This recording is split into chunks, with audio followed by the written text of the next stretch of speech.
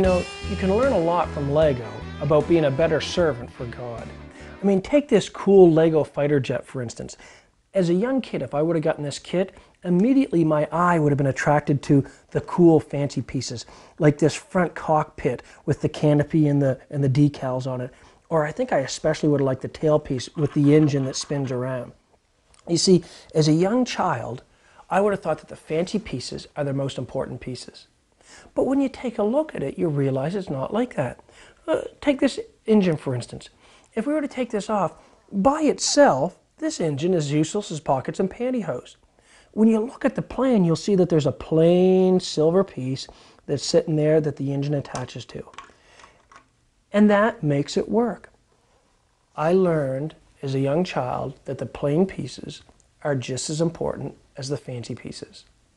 Now you may ask me, what does that got to do with your Christian living now? Well, it's like this.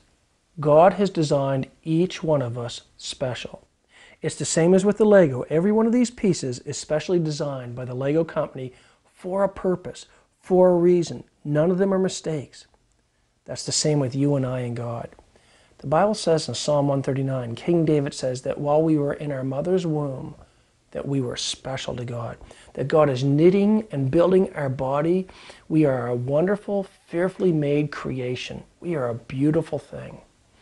And God has given each one of us spiritual gifts, talents, and abilities.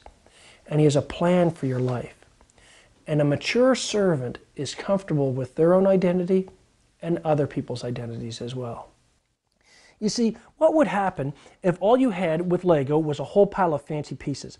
What if you bought a box of Lego and all it was just the fancy pieces and there was no base pieces? As an immature kid, you'd be like, sweet, this rocks. But when you go to build something, you'd realize, well, I can't really build anything without some basic pieces.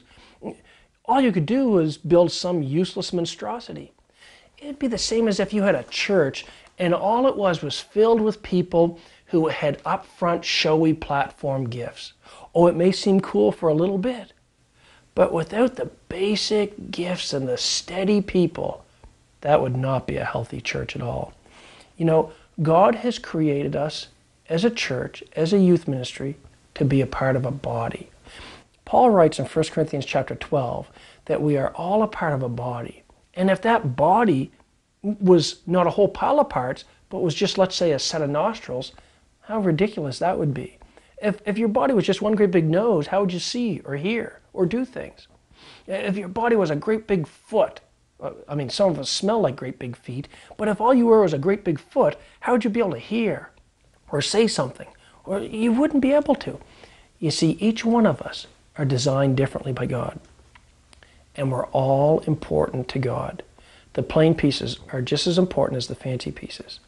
Here's where you apply this. Some of you are listening to this right now, and for whatever reason, God has gifted you with some very public, showy gifts.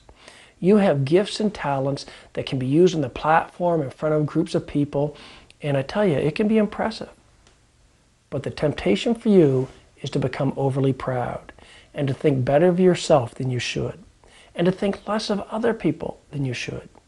This is the challenge for anyone who, let's say they're a preacher or a teacher, a singer, a musician, an actor, a director, a leader, any type of servant's role where you're in front of other people. It's so easy to start to think it's all about you and to start doing what you're doing for the praise of men instead of the praise of God. So you have to be very careful, because those type of people will start to think that the fancy pieces are more important than the plain pieces, and that's not true. But some of you sitting here listening to this right now, you have the opposite problem. You don't think that you're better than other people. You think you're worse than other people. You think that you're useless, worthless. You have a low self-esteem. You think that God must have made a mistake because you've got no gifts, talents, and abilities. You couldn't be more wrong. Listen to me. God doesn't make mistakes. You are not a mistake. The plain pieces are just as important as the fancy pieces. When you look at this plane here, it's almost all plain pieces put together, and it's just got a couple of fancy pieces to total it up into the plane. Listen, you may think that you're not flashy and up front. That doesn't mean you're not valuable. A mature servant is comfortable about their identity and other people's identities. They don't think too highly of themselves.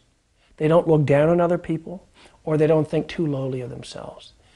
They say, dude, I am made a great way to serve a great God. That's a mature servant. I tell you, here's my challenge to you.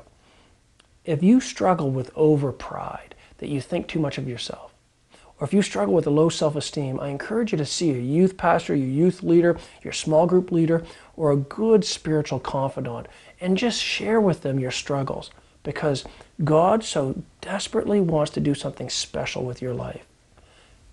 But if you don't have a good, healthy grasp on your identity and other people's identities, and that the plain pieces are just as important as the fancy pieces, God will not be able to accomplish with you what He wants to. Because a mature servant is comfortable with their identity and other people's identities.